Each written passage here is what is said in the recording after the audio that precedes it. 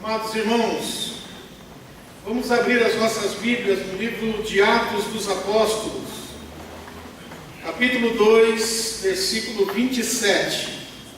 Atos dos Apóstolos, capítulo 2, versículo 27. Nós temos pregado em nossa igreja já há alguns domingos o tema Marcas de um Verdadeiro Avivamento.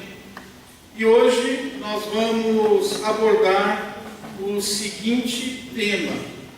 Nós vamos falar sobre a marca da oração. Um verdadeiro avivamento, ele é marcado pela oração. E esta é a marca de um verdadeiro avivamento. Atos dos Apóstolos, capítulo 2.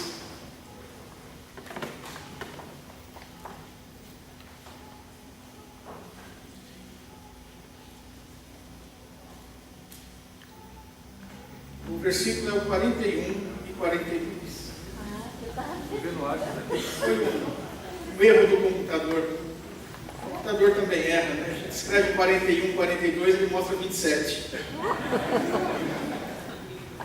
A culpa é minha, irmãos, eu ponho em quem eu quiser. Dessa vez vai ser no computador.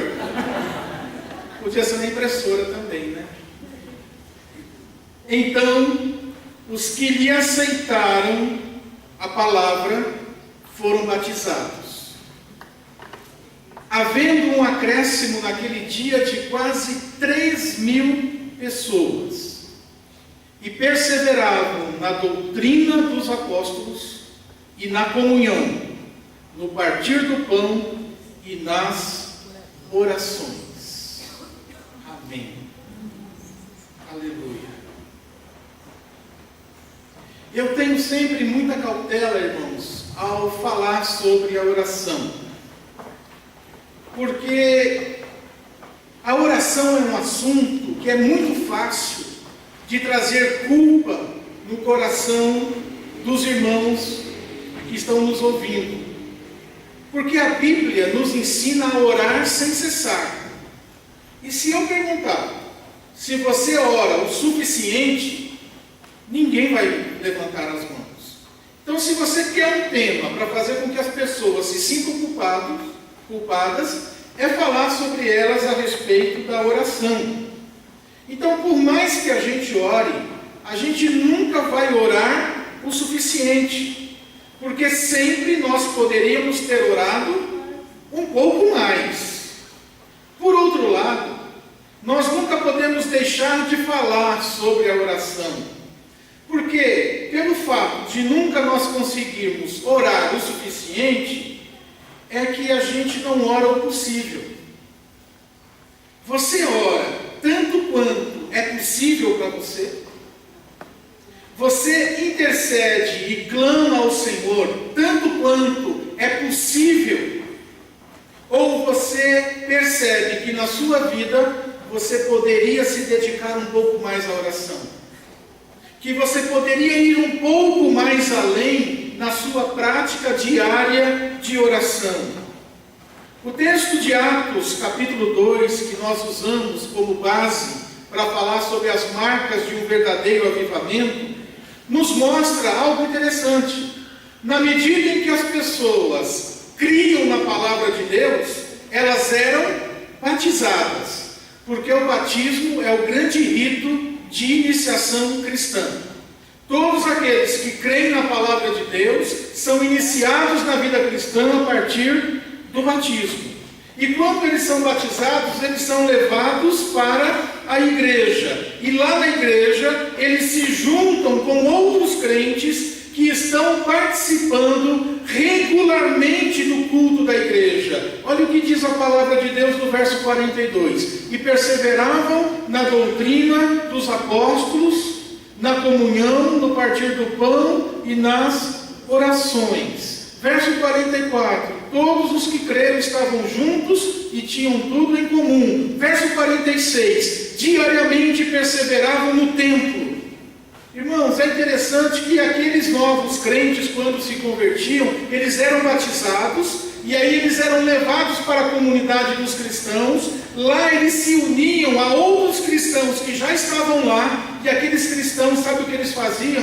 Eles oravam, eles perseveravam diariamente na doutrina dos apóstolos, no partir do pão e nas orações. Eu tenho me preocupado demais sobre como será a igreja que nós entregaremos às futuras gerações. Que igreja nós vamos entregar para os nossos filhos que estão aqui? Porque hoje, aqueles que são convertidos e que são batizados, quando são integrados à nossa igreja, estão pegando o ritmo da nossa igreja. Todo mundo que se batizou nessa igreja se batizou porque fez escola bíblica dominical. E a escola bíblica dominical hoje não tem alunos. Por que não tem alunos? Porque aqueles que foram batizados através de uma escola bíblica dominical, quando saíram da escola bíblica dominical, entraram no ritmo daqueles que já estavam na igreja e que não frequentam a escola bíblica dominical. Nós estamos tornando outros crentes iguais a nós. Isso me apavora. Isso me dá medo. Tirar alguém do mundo, levá-lo a Cristo e torná-lo um crente tão medíocre como eu, que não ora, que não frequenta a igreja, que não participa da escola bíblica dominical, que não é alguém que exerce o seu dom na igreja, que não é alguém que participa da vida da igreja. Isso me assusta, porque a palavra de Deus diz assim: ai de vós, escribas e fariseus, que rodeais o mundo para fazer um prosélito, e quando vocês conseguem fazer um prosélito, ele se torna 2 vezes mais filhos do inferno do que vocês. Isso me apavora. Por isso, uma das marcas que nós vamos falar futuramente é sobre a marca de uma espiritualidade contagiante. Trazer as pessoas para se envolver no nosso meio, para serem pessoas melhores do que elas são, e não se tornarem pior. Então pensemos nisso. Quando aquelas pessoas se convertiam e iam para a igreja, que tipo de igreja ela encontrava? Uma igreja viva, uma igreja que orava, uma igreja que estudava a palavra de Deus, uma igreja que tinha comunhão, uma igreja que se amava, uma igreja que perseverava na doutrina dos apóstolos. Nós não temos sido esta igreja. Talvez porque Deus não quer mais crentes como nós, é que Ele não tem enviado mais gente para essa igreja. Mas se nós formos o tipo de crente que Deus quer que nós sejamos, então Ele vai mandar mais gente para o nosso meio, para se tornar gente como nós. Você já parou para pensar nisso? Você já parou para pensar nisso? Se Deus está nos tornando uma igreja estéril, é que ela não quer que a gente reproduza crentes como nós. Queridos, isso não está nem escrito no meu sermão. É o Senhor que está falando comigo agora. Eu me coloco no mesmo lugar que você. Eu não sou diferente de vocês. Eu faço parte de vocês. Eu sou ovelha como vocês. E a minha vida é exatamente como a de vocês. E a de vocês exatamente como a minha. O avivamento de novos crentes que estavam participando regularmente da vida da igreja. Com isso, nós vamos poder dizer que a regra entre aqueles cristãos mais antigos da igreja era participar da vida da igreja. E para os novos convertidos, era estar junto com eles. Para a maioria dos nossos irmãos, a regra é não vir à igreja. Amados, eu coloquei algo no Facebook essa semana na página da igreja.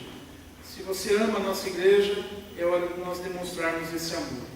Porque a nossa igreja, tem gente que ama tanto ela de palavra. Ah, eu amo a Central. Não, porque a Central é minha igreja. Não, porque da igreja a Central só sai morta. Mas não move uma palha para que esta igreja possa prosseguir e avançar. Chega desse amor, irmãos. Gente que ama a nossa igreja desse jeito atrapalha, não abençoa. Porque o amor tem que se traduzir em atitudes, em ações.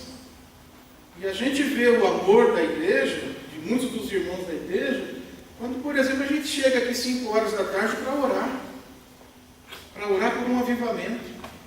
Aí que a gente percebe o amor, o interesse que a gente tem por ver a igreja caminhar e avançar. Nós temos irmãos que este ano ainda não vieram ao culto. Não vieram. Mas se o pastor ligar e dizer, olha, você não está frequentando, nós vamos desligar você do hall de membros da igreja. Não, pastor, pelo amor de Deus, não tira o meu nome do hall de membros da igreja. Mas você não frequenta? Não, mas Deus sabe todas as coisas, eu tenho orado em casa. Até aquele que diz assim, não, mas eu tenho mandado o meu dízimo na conta da corrente da igreja. E eu disse, fica com o seu dízimo em casa. Só traga o seu dízimo para a igreja quando você vier. Porque primeiro a gente se dá ao Senhor, depois a gente dá ao Senhor tudo que a gente tem. Porque dar o seu dízimo ao Senhor sem se doar é fácil. Quer ver você doar a sua própria vida, o seu próprio coração diante do Senhor. Então, amados, hoje, na maioria das igrejas, e na Igreja Batista Central, não é diferente. O culto de oração está com os dias contados para acabar. Você não acha? Aqui, nós já tivemos culto de oração aqui com 4 irmãos. Está com o dia acabado. Está com os dias contados para acabar. Porque os irmãos não oram. E não adianta dizer que é trabalho, que mora longe. Nós sabemos que não é. Nós sabemos que o Deus que está presente na quinta-feira na igreja não é o mesmo do domingo. Na maioria das igrejas é assim. Nós sabemos que a escola bíblica dominical da nossa igreja está com os dias contados para acabar.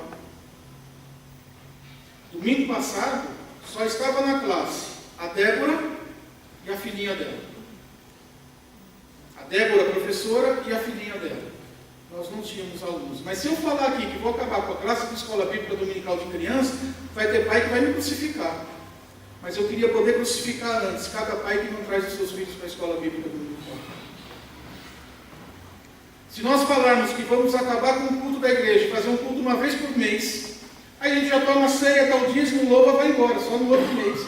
Vai ter gente que vai dizer, nossa, pastor, mas por que os irmãos não vêm na igreja todos os domingos? O que impede os irmãos de estarem louvando ao Senhor em comunhão todos os domingos? Eu quero que a igreja funcione 24 horas por dia. Para quê? Porque se um dia me der vontade, a igreja tem que estar aberta para me receber. Só por isso, pastor. Tem que ter escola bíblica na igreja. Porque o dia que me der vontade, eu vou. Já pensou se o dia que me der vontade não é no domingo, primeiro domingo do mês que a gente vai fazer o culto de ceia? Aí eu tenho que esperar de novo o outro. E se naquele outro primeiro domingo não me der vontade? Às vezes a gente quer que a igreja funcione tudo 100% para quando eu quiser. Coral tem que funcionar. Porque se um dia me der vontade de cantar, eu vou lá e ensaio. Mas já pensou se me der vontade de eu vou para uma igreja que tem coral? Tem irmãos na nossa igreja que é assim, né? Eu vou para uma escola uma igreja que tem uma escola bíblica. Porque o dia que der vontade eu vou lá e tem. Bom, fica só a dica, né? Amados, se eu falar que vamos acabar com o culto de oração, ninguém vai querer. Mas é digno de nota que, embora a gente não queira terminar com o culto de oração, se eu fizesse uma pesquisa aqui, quem não acredita na oração, quem acha que orar é em vão, será que alguém levantaria a mão? Talvez muitos não levantem a mão porque dizem, bom, eu não vou ser o único, né? Eu também não vou ser o primeiro. Mas a nossa prática mostra que nós não acreditamos na eficácia da oração. Você pode dizer para mim, como eu posso dizer para você, que nós acreditamos no poder da oração, mas a nossa conduta e a nossa prática mostra que a gente não acredita, porque se nós acreditássemos no poder da oração, uma das coisas que nós muito faríamos era orar. A oração é importante para a vida cristã. Só que qualquer coisa é mais importante do que a oração. Eu sei, você sabe, que uma das coisas mais importantes para a vida cristã é a oração. Mas eu e você deixamos de orar por qualquer motivo. Ou não. Qualquer coisa nos tira da oração. Tanto que tem gente que deixa para orar enquanto está dirigindo. Tem criança aqui? Tem. Você gostaria de ter um relacionamento amoroso com a sua esposa, com o seu marido, e ele lendo um gibi? Ou ela? Não, né? Você cria atenção, envolvimento. Por que você acha que Deus quer ouvir a tua oração enquanto você está prestando atenção no motoqueiro que vai arrancar o teu retrovisor, ou o carro da frente que está brecando, ou que você fique atento no velocímetro para saber se você não passa da velocidade? Por que você acha que você pode ter intimidade com Deus nas horas que te sobram? Olha, querido, eu queria muito namorar com você, mas estou sem tempo. Dá para você ir comigo de casa ao trabalho, a gente vai namorando no carro? É isso que você tenta fazer com Deus. Eu só não sei se Ele aceita. Eu só não sei se quando você está orando nestes momentos, Ele está ali para ouvir o que você está falando. Me parece que o povo de Deus está muito ocupado com outras coisas para se ocupar da oração. A gente está muito ocupado com outras coisas para estarmos ocupados da oração. O pastor John Piper disse isso, que o Facebook tem uma grande função espiritual. Naquele dia diante de Deus, ninguém vai poder dizer não tenho tempo. Não tive tempo, Senhor. Porque vai estar todas as cutucadas, todas as curtidas, todas as compartilhadas lá. E Ele vai mostrar que todo o tempo que você tinha, você gastou com outras coisas que não eram importantes e não com a oração.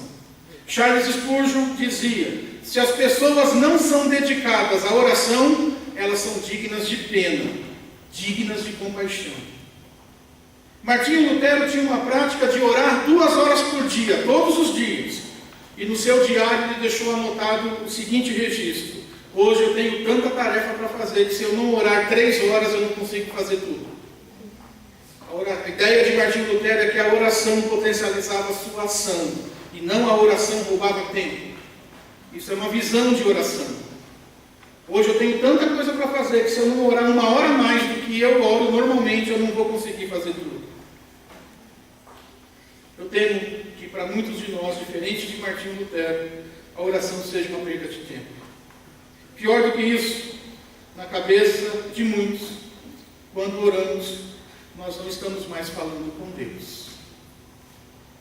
Eu estou convencido que na vida cristã nada é tão difícil quanto alcançar um coração disposto a orar. E sem oração, nós somos tão fracos, meus irmãos, mas tão fracos, que nós nos tornamos tão fracos quanto a nossa própria fraqueza. Porque esta não é a fraqueza que nos torna fortes. Quando Paulo sofria com seu espinho na carne, ele diz assim: eu orei 4 vezes ao Senhor. E quando ele orou 4 vezes ao Senhor, o Senhor disse a ele: o meu poder se aperfeiçoa na fraqueza. Quando eu tenho um espinho na carne, e esse espinho da carne me leva a orar, então a minha fraqueza se torna forte, porque o poder de Deus se aperfeiçoa na fraqueza. Essa é a fraqueza que fortalece. Mas aquela fraqueza em que eu não me coloco diante de Deus, ela me escraviza na minha própria fraqueza. A oração sempre foi, para o povo de Deus, em todas as épocas da história, o maior instrumento do exercício da piedade cristã. Através da oração a gente confessa os nossos pecados. Através da oração nós tornamos as nossas necessidades conhecidas de Deus. Através da oração nós pedimos que Deus faça na nossa vida a sua vontade. Através da oração nós desenvolvemos uma amizade com Deus. Através da oração nós buscamos uma transformação da nossa vida e uma transformação da nossa realidade. O pastor Jeremias Pereira, da 8ª Igreja Presbiteriana de Belo Horizonte, escreveu em um dos seus sermões o seguinte: quando a igreja ora, os céus se movem, o inferno treme e coisas novas acontecem na terra. Quando a igreja ora, o céu se move, o inferno treme e coisas novas acontecem na terra. Se queremos ver coisas acontecerem na terra, precisamos orar aos céus. E Jesus nos ensinou isso. Seja feita a vossa vontade, assim na terra como no céu. E devemos, meus irmãos, orar crendo que aquilo que nós estamos pedindo há de acontecer, porque nós só devemos orar segundo a vontade de Deus. Eu não tenho que orar para que a minha vontade seja feita. Eu tenho que orar para que seja feita a vontade de Deus. E esta é a minha confiança, que se eu orar segundo a vontade de Deus, eu posso ter certeza de que Ele vai atender a minha oração, porque a minha oração é a sua vontade. Quando deixamos de orar, é porque nós acreditamos mais em nossas próprias forças do que no poder de Deus. Mas Jesus Cristo disse: sem mim, nada podeis fazer. Conhecendo essa verdade, Charles Finney dizia repetidas vezes: se você perder seu espírito de oração, você não conseguirá fazer nada ou quase nada, ainda que tivesse todos os talentos intelectuais possíveis. Se você não orar, você não vai conseguir fazer nada, mesmo que você seja uma pessoa habilidosa, talentosa, porque sem mim nada podeis fazer. O ministério de Jesus, meus irmãos, foi pautado na oração. E os evangelhos nos mostram Jesus repetidamente orando. Só que o evangelista Lucas, ele registra um momento da oração de Jesus muito interessante. Você sabe que Jesus foi batizado? Sabe ou não sabe? Sabe. Você sabe que quando Jesus foi batizado, o céu se abriu. E houve uma voz do céu que dizia o quê? Este é meu filho amado, em quem minha alma tem todo o seu prazer. E você também sabe que o Espírito Santo desceu sobre Jesus na forma corpórea de uma pomba. Legal.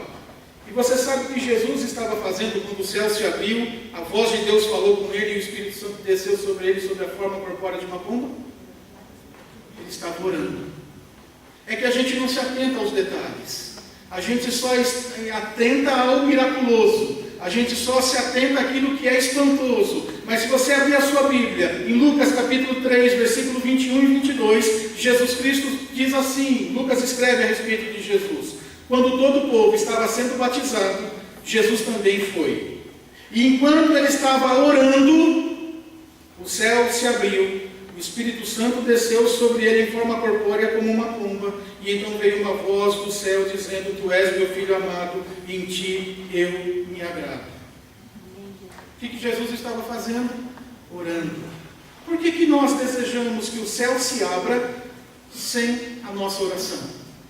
Por que nós desejamos que Deus fale conosco sem a nossa oração? Por que nós desejamos que Deus confie no nosso coração a nossa filiação se a gente não ora? Jesus, como Filho de Deus, orou. Por que eu não deveria orar? Queremos ser cheios do Espírito Santo. E como que eu serei cheio do Espírito Santo sem uma vida de oração?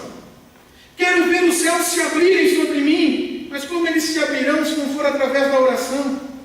Desejo que Deus confirme que eu sou filho dele. Mas como que Deus vai confirmar isso se não for através da oração? Devemos estar envergonhados. E eu também me coloco nesse sentimento de vergonha. De quão pouco uso nós fazemos da oração na vida cristã. De como nós oramos pouco. De como nós dependemos pouco de Deus para viver a vida cristã. Jonathan Edwards, aquele mesmo avivalista que nós vimos na semana passada, ele ensinava que quando Deus tem algo muito grande para realizar em favor da igreja, o desejo dele é que este ato seja precedido por orações extraordinárias do seu povo.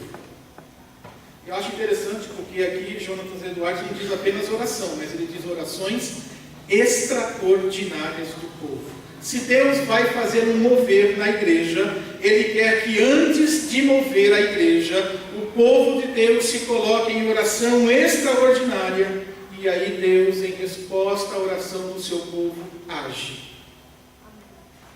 Isso indica, meus irmãos, que há momentos em que eu devo orar de maneira diferente do ordinário.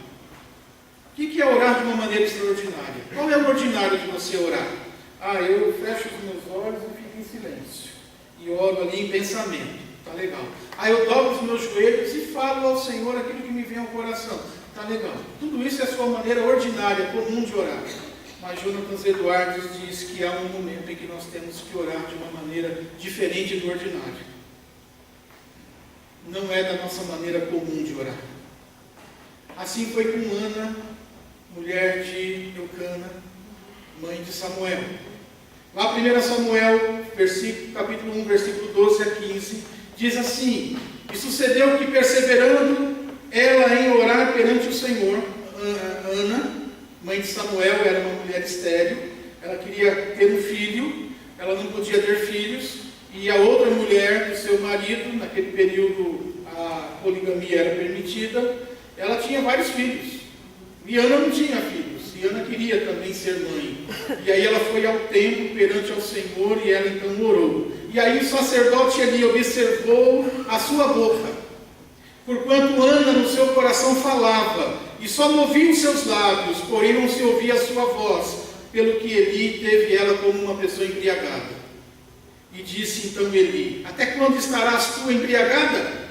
Aparta de ti o teu vinho. Porém Ana respondeu: não, Senhor meu, eu sou uma mulher atribulada de espírito, nem vinho nem bebida forte tenho bebido, porém tenho derramado a minha alma perante o Senhor. O Senhor nos convida a derramar a nossa alma de uma maneira extraordinária diante dele. A oração não é uma mera ação de despejar palavras diante de Deus, mas é como ensina Ana, em derramar do nosso próprio ser diante daquele que pode mudar a nossa sorte.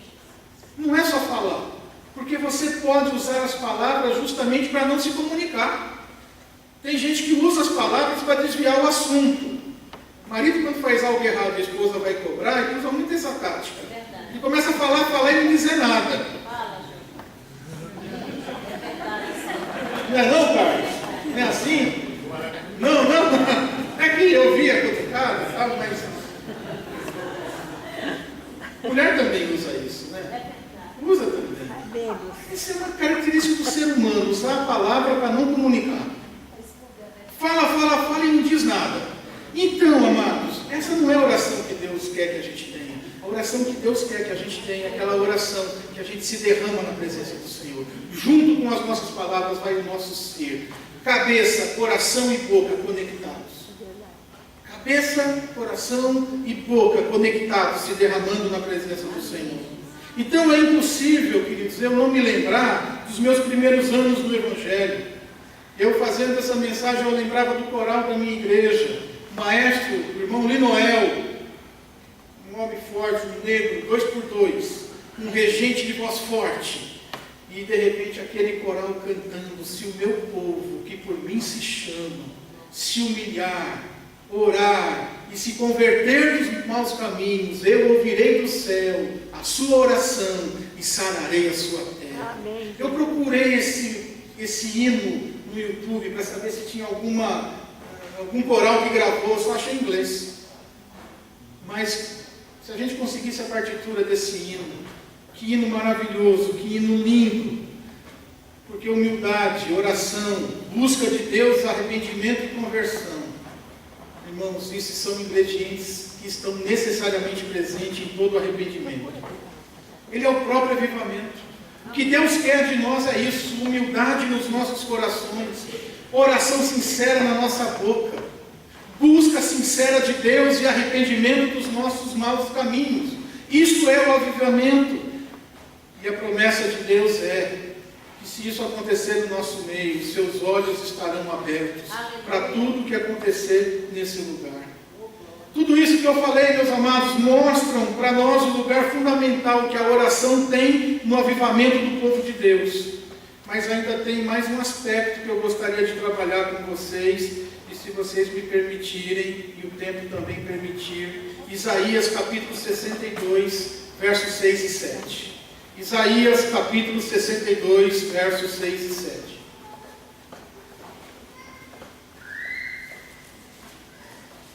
Livro do profeta Isaías, capítulo 62, versículos 6 e 7. Coloquei sentinelas em teus muros, ó Jerusalém. Jamais descansarão dia e noite. Vocês que clamam pelo Senhor, não se entreguem ao repouso, não lhe concedam descanso, até que ele estabeleça Jerusalém e faça dela o louvor da terra. Amém. Vamos tentar entender esse versículo. Coloquei sentinelas em seus muros, ó Jerusalém. Jerusalém, jamais descansarão de dia e de noite. Vocês que clamam pelo Senhor, quem está clamando pelo Senhor? O povo. Povo que clama ao Senhor, não se entreguem ao repouso. Quem não deveria repousar? O povo. E não lhe concedam descanso. A quem o povo não deveria conceder descanso? Ao Senhor. O que o profeta está dizendo é assim: povo que ora, não descansem, continuem orando e não deem entregue a Deus. Não deem um minuto de descanso a Deus. Encham as paciências dele até que ele restaure Jerusalém. É isso que o profeta está nos ensinando. Então esse texto nos mostra que a oração pelo avivamento precisa ser ininterrupta, ela precisa ser perseverante. Jamais descansarão de dia e de noite, não se entreguem ao repouso. Quem deseja algo precisa orar até que a resposta venha. Se lembram de Davi, quando o filho dele, Betseba, morreu? Antes de morrer, Davi orava, jejuava de dia e de noite, não comia. E ele estava já desfalecendo e os servos queriam fazer com que ele comesse. E ele não comia, ele estava orando. A resposta do Senhor foi que aquela criança morreria. Aí Davi se colocou de pé, foi comer e beber. Por que Davi jejuou e orou até que a criança ou morresse ou fosse curada? Porque ele queria que aquela criança vivesse. Ele desejava ardentemente que aquela criança pudesse viver, por isso ele orou. Se nós desejamos que a nossa igreja seja avivada, nós precisamos orar ardentemente por isso. E nós não temos dificuldade de começar uma campanha de oração, não é, irmãos? A gente não tem dificuldade de começar uma campanha de oração. A nossa dificuldade é terminar a campanha de oração. A gente não tem dificuldade de começar o relógio de oração. A gente tem dificuldade de manter o relógio de oração. Nós temos muito entusiasmo para começar algo, irmãos. Mas maior que o nosso entusiasmo para começar é a nossa facilidade de desistir. Pastor Enéas Tonini, falecido pastor Enéas Tonini, dizia: nós como povo de Deus temos muitas iniciativas e poucas terminativas. Muitas iniciativas e poucas terminativas. Uma igreja que busca o verdadeiro avivamento precisa ser perseverante e perseverante na oração. Não há avivamento sem oração perseverante. Lucas capítulo 18, verso 1, Jesus diz assim, ou melhor, Lucas dizendo sobre Jesus, diz: então Jesus contou aos seus discípulos uma parábola, para mostrar-lhes que eles deveriam orar sempre, sem nunca desanimar. Como é que Jesus ensinou os discípulos a orar? Orar sempre, sem nunca desanimar. A oração precisa ser perseverante. Romanos capítulo 12, verso 12, Paulo diz: alegrai-vos na esperança, sede pacientes na tribulação e perseverai na oração. Efésios capítulo 6, verso 18, Jesus Cristo diz assim através de Paulo: orem no Espírito em todas as ocasiões, com toda oração e súplica, tendo isso em mente, estejam atentos e perseverem na oração por todos os santos. 1 Tessalonicenses 5,17, orai sem cessar. Colossenses 4,2, perseverai na oração. Queridos, uma igreja precisa ser perseverante na oração. A segunda coisa é que a oração pelo avivamento precisa ter expectativas. Os guardas sobre os teus muros, ó Jerusalém. Orar também é vigiar, é guardar, é estar com os olhos atentos como os guardas na expectativa de alguma surpresa. Orar é ficar de prontidão, é buscar reforço e ajuda naquele que é o Senhor dos exércitos. Oração sem expectativa não é oração. Oração que não aguarda uma resposta não é oração verdadeira. Aqueles que aguardam uma resposta ficam atentos. Depois de 3 anos de seca em Israel, lá em 1 Reis, capítulo 18, verso 42 a 45, fazia 3 anos que não chovia em Israel. Elias subiu ao monte junto com o seu moço. Está no Monte Carmelo. E começou a orar. E aí a Bíblia diz que Elias subiu ao monte, dobrou-se até o chão, se pôs com o rosto entre os joelhos e disse para o moço: vai e olhe na direção do mar. E disse ao seu servo. Ele foi e olhou. Não há nada lá, disse o servo. 7 vezes Elias mandou o servo: volte lá para ver. E na 7ª vez o servo disse: uma nuvem tão pequena quanto a mão de um homem está se levantando do mar. Então Elias disse: vá dizer a Acabe o rei, prepare o seu carro e desça antes que a chuva o impeça. Enquanto isso, nuvens escuras apareceram no céu, começou a ventar e começou a chover forte, e Acabe partiu de carro para Jezreel. Amados, quem ora espera pelo menos ver uma mãozinha subindo do mar. E ele é capaz de ver que aquela mãozinha é um prenúncio da grande chuva que o Senhor vai enviar. Se oramos por um avivamento, acreditamos que o avivamento virá? Se eu creio que o avivamento virá, você acha que eu vou ficar fora do culto de domingo? Ou não? E se o avivamento acontecer, eu não estou lá? Deus me livre, eu oro e não vou estar lá? O que nós estamos fazendo para esperar por esse avivamento? É uma cidade onde havia uma grande seca. E aí então o prefeito chamou todas as religiões, todas as igrejas, todos os centros espíritas, tudo quanto era religião, para que se reunissem na praça pública para orar por chuva. Mas teve um grupinho pequeno que foi lá, de guarda-chuva, de capa e de galocha. Porque eles acreditavam que ia chover. E eles não queriam se molhar com a chuva. Amados, fé se demonstra com atitudes, já nos ensinou Tiago, o apóstolo. Fé é demonstrada por atitudes. Em terceiro lugar, a oração pelo avivamento não abre mão de uma resposta. Vocês que clamam pelo Senhor, não se entreguem ao repouso, não lhe concedam descanso, até que Ele estabeleça Jerusalém e faça dela o louvor da terra.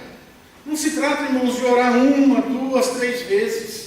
Não se trata de vir no culto de oração no domingo, 5 da tarde, e dizer: nossa, eu já fui lá 2 vezes, 3 vezes, nada aconteceu, ó céu, eu não vou mais não. Oração por avivamento não é oração que desiste no meio do caminho.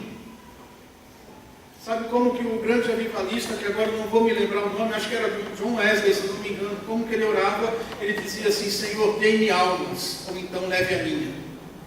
Oração é batalha de vida ou de morte. Quando a gente se propõe a orar, a gente ora até o Senhor responder, ou a gente morrer antes. Orar até que Deus estabeleça a igreja e coloque a igreja como objeto de louvor na terra. Amém.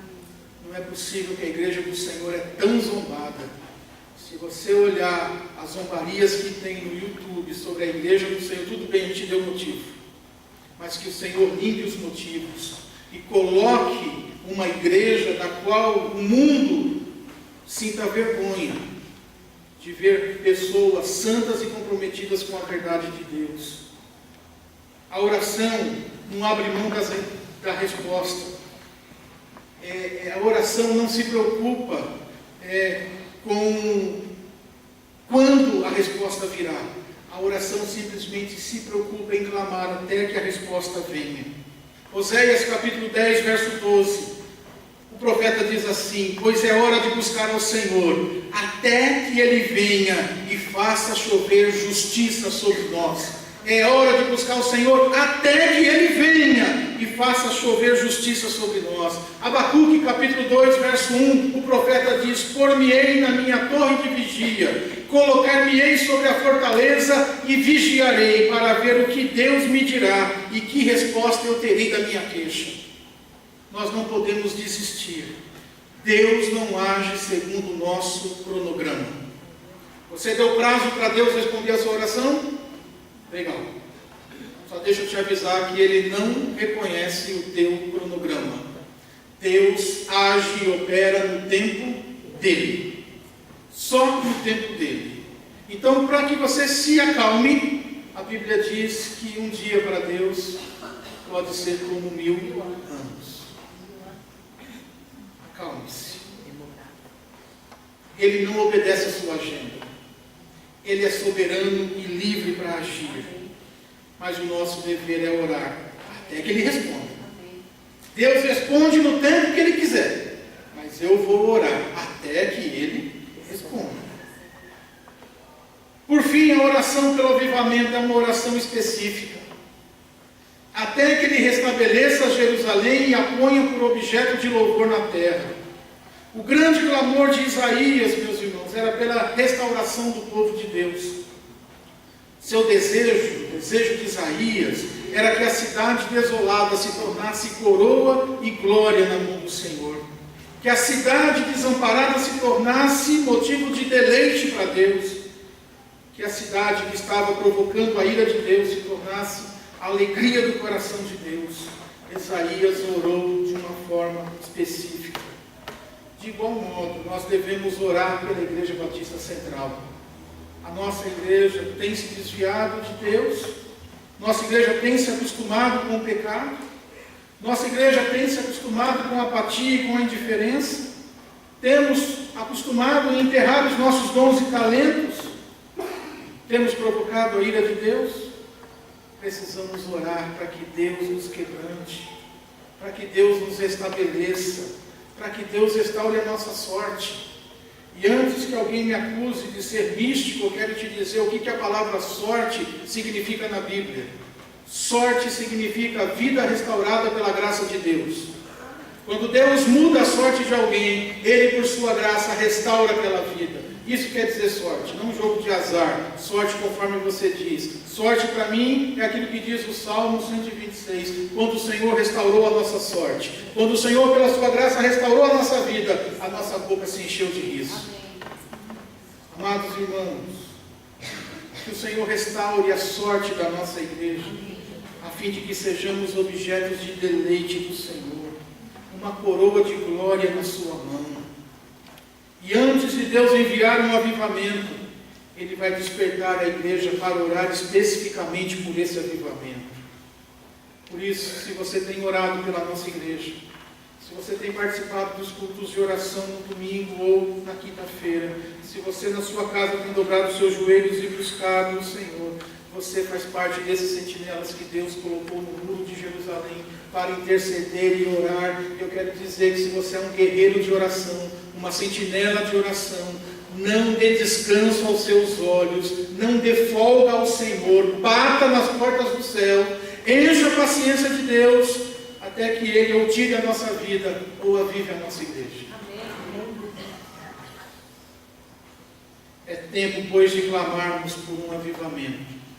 É tempo de orarmos sem cessar, para que Deus avive a nossa igreja.